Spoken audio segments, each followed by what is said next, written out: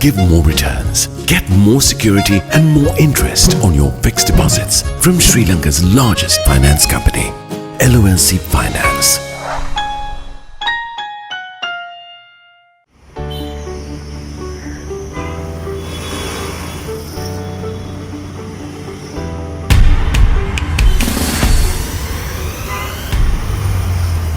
A people resplendent with sincerity still walk amongst us.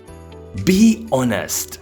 The beauty of a nation lies in the integrity of its people. Refresh Sri Lanka for a civic-minded society. In association with AICPA and CIMA, CA, the Institute of Chartered Accountants of Sri Lanka, and 99X. LMD, the voice of business.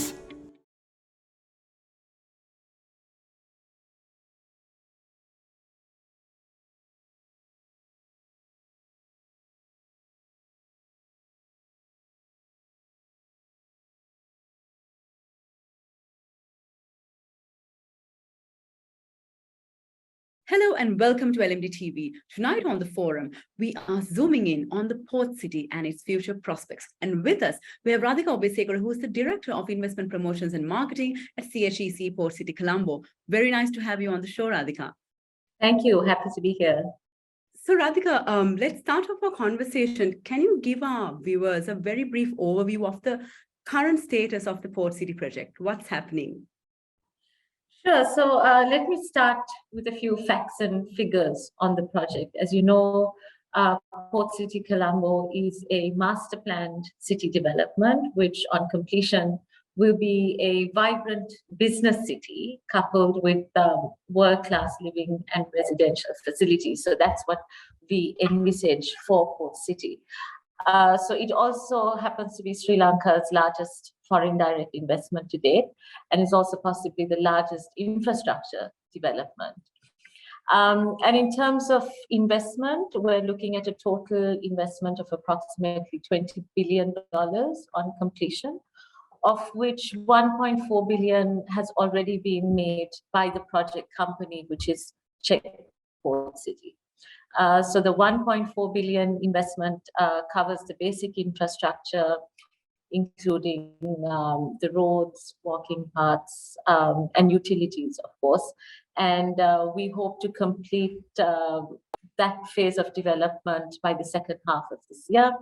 We're also looking at moving to phase one of the development, which is the Colombo International Financial Center, better known as CIFC.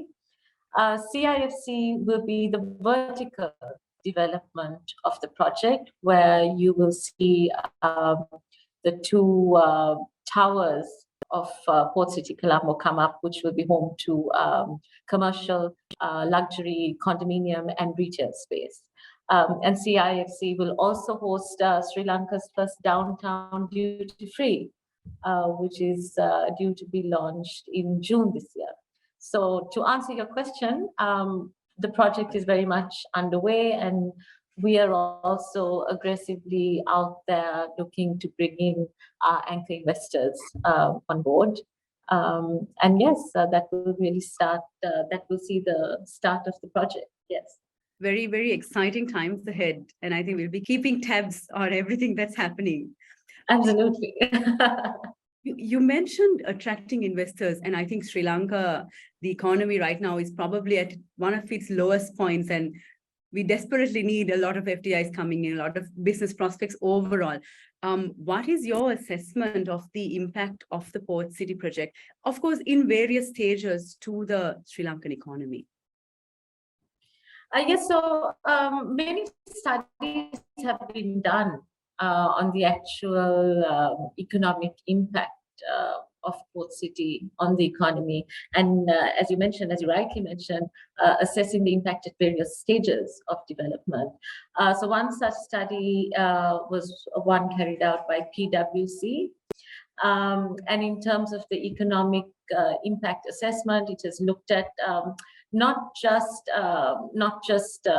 the economic impact in terms of employment and foreign direct investment, but also the spin-off effect of Port City Colombo on the economy. So we are looking at the benefits in terms of sourcing of labor, the impact on industries such as the construction industry, which, the project will really open up ample opportunities to look at projects of a magnitude that have not been seen before. But just going back to some of the figures on the economic impact, so we're looking at something close upon 14 billion in terms of FDI for the development alone. In terms of job creation, we're looking at approximately 400,000 jobs during the construction phase of the project. We're looking at approximately 150,000 jobs during the operational phase of the project. And then, of course, factors such as the balance of payments during development and then during operations, which amount to approximately 8 billion and 5 billion respectively per annum. That's a lot of injections to the economy. I mean, there's a lot coming in. But when you take Sri Lanka per se, right now we're battling with a trust issue, because we're seeing that the international community, businessmen, they're losing trust, and we are having declining rankings regarding ease of doing business with us. How are these really impacting your prospects to attract investors? Yes, so interesting point, Ruwandi.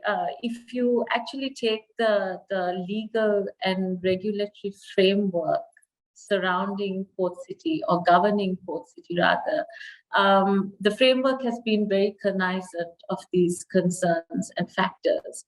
And I would say all of these have been addressed through the Act which was passed in 2021, which is the Colombo Port City Economic Commission Act.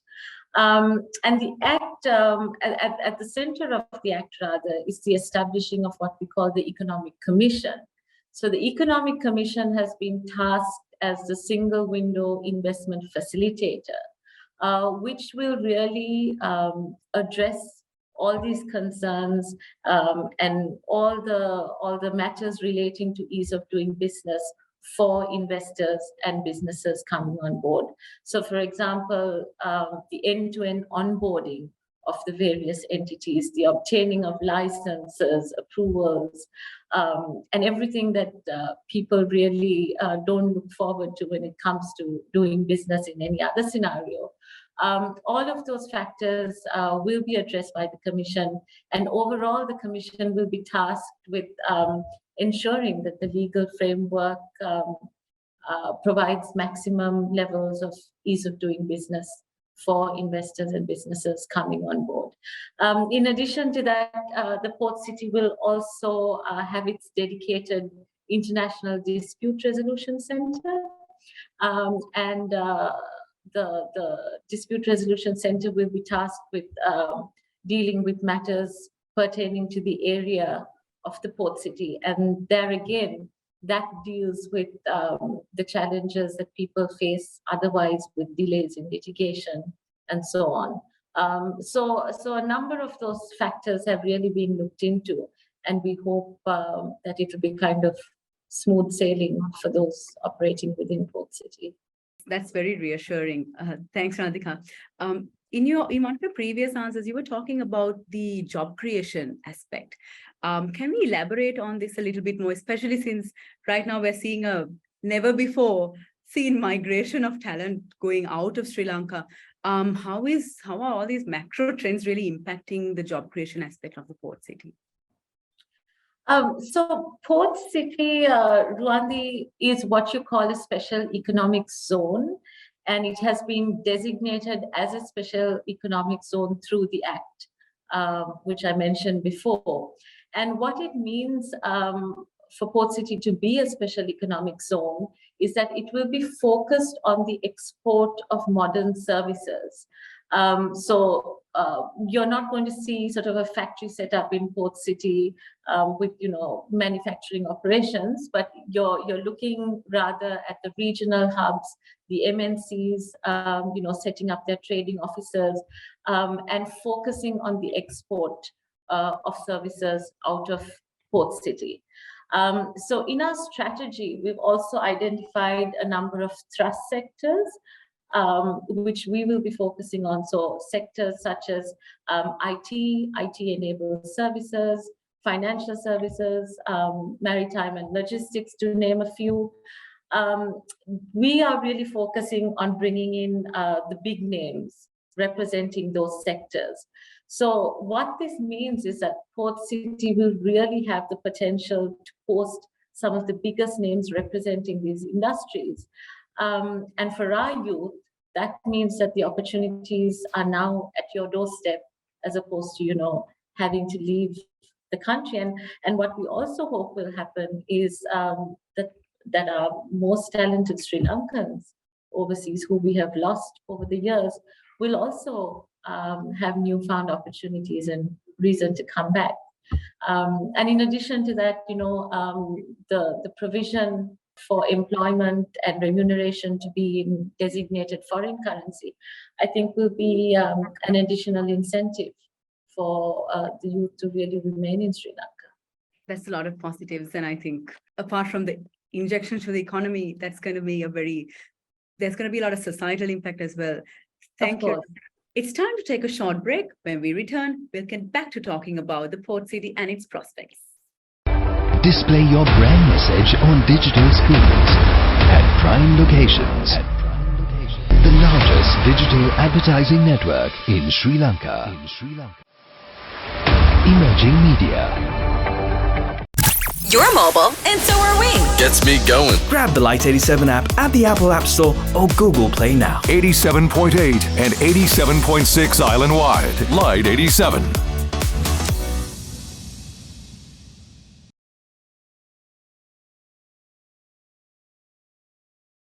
Welcome back to the show. We're talking to Radika Obeyesekere, the Director of Investment Promotions and Marketing at CHEC Port City, Colombo.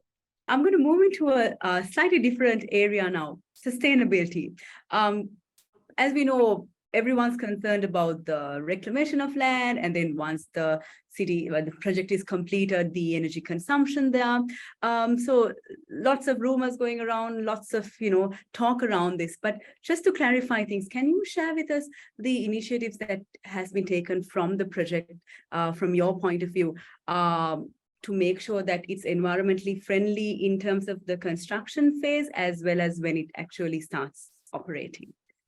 Yeah, so Ruwandi, there have been 3 environmental impact assessments carried out prior to the commencement of the project, and then at various phases of development as well.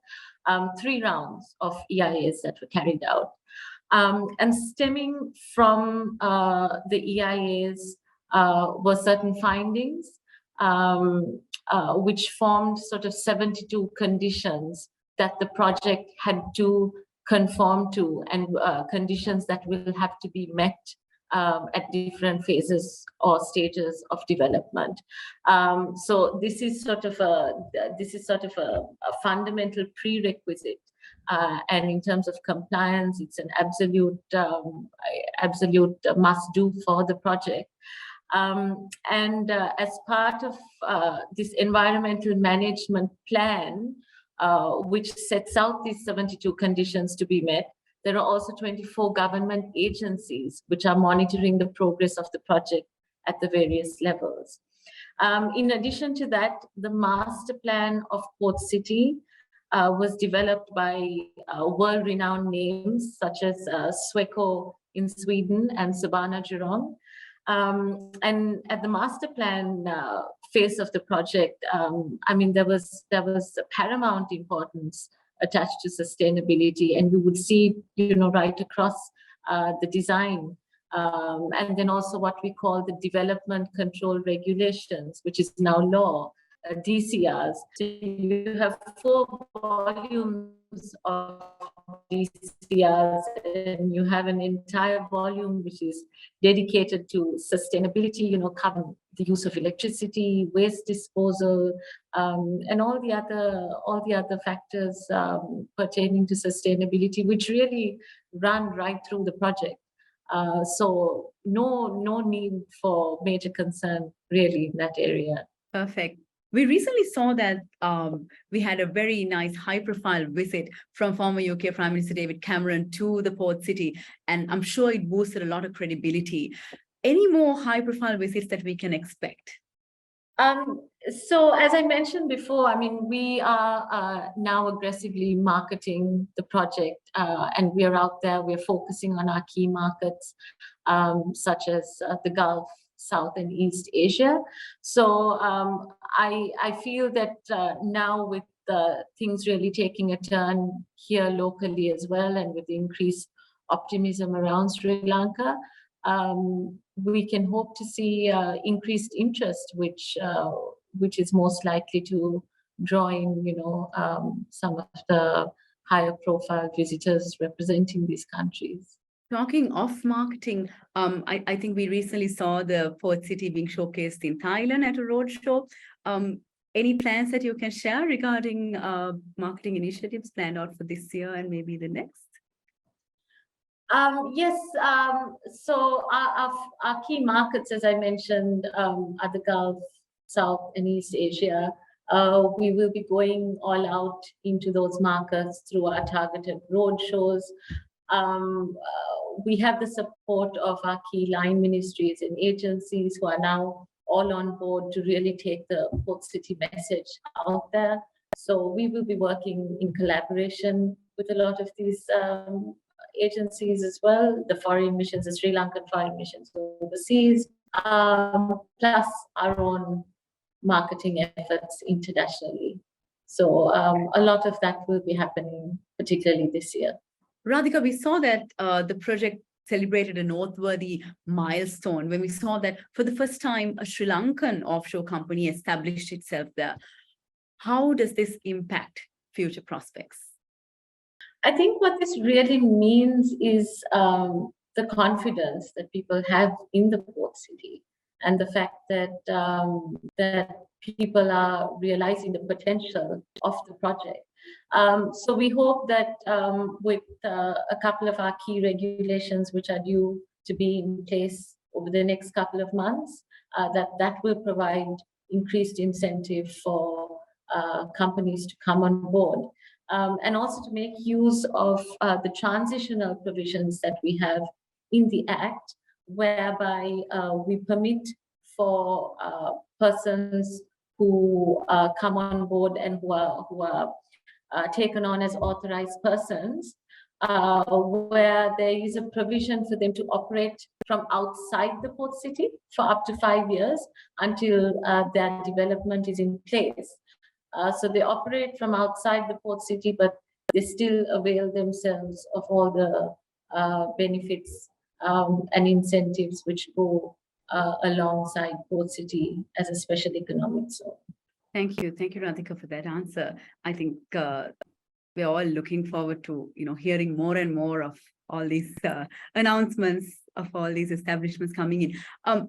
Now I'm going to talk to you about something that's very close to our hearts here at LMD. So we recently launched a campaign called Refresh Sri Lanka, where we're trying to encourage a mindset change to create a more civic-minded society. Now, as we see the port city really taking shape and coming to life, what are your focus areas to really ensure that it uplifts Sri Lanka in a holistic manner while ensuring that civic-mindedness is in the agenda? Yes, Ruwandi, so Port City is really a project for the future, right? It's for the next generation of Sri Lanka. The highest potential of Port City will be reaped by the next generation of Sri Lanka. So keeping all of that in mind, the project has really been structured in a manner that creates that potential, not just in terms of employment opportunities, but the overall upliftment of the workforce, the industries, like I mentioned before in one of the previous questions, the spin-off effect of the Port City project on the economy of Sri Lanka is huge. So even in terms of boosting the various industries to meet the new challenges, what I mean by challenges is not in a negative sense, but challenges in terms of the opportunities as well. There are new challenges in terms of the volume of opportunities that will be presented.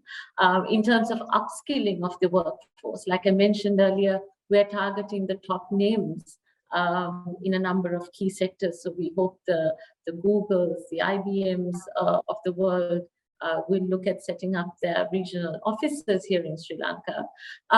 So to really kind of rise to the occasion, an overall upliftment of industries, upskilling of the workforce, all of that will be happening, and that will be really a result of the spin-off effect of the project. Thank you. Thanks, Radika. We're almost at the end of our conversation. But before we let you go, any final thoughts that you would like to leave with our audience today? In terms of the project, Port City Colombo will be synonymous with Sri Lanka's economic recovery. Foreign direct investment is the order of the day. I mean, foreign direct investment is what we will need to really lift Sri Lanka out of the current crisis. And that is basically what the project is about. The cornerstone of Port City is foreign direct investment. So it's time that, you know, people embrace it. It's time people realize the potential of the project and really rise to the occasion in terms of embracing the opportunities presented by the project. It's here to stay, and you know, let's make the most of it. Let's definitely make the most of it. Thank you. Thank you very much, Radika. We've been talking to the Director of Investment Promotions and Marketing at CHEC Port City Colombo, Radika Obeyesekere. Thank you very much again for joining us today. Thank you so much. It was a pleasure. Thank you. And to our viewers, until next time, take care. Don't forget to subscribe to our YouTube channel and follow us on Facebook and Twitter. Thank you for watching and stay safe.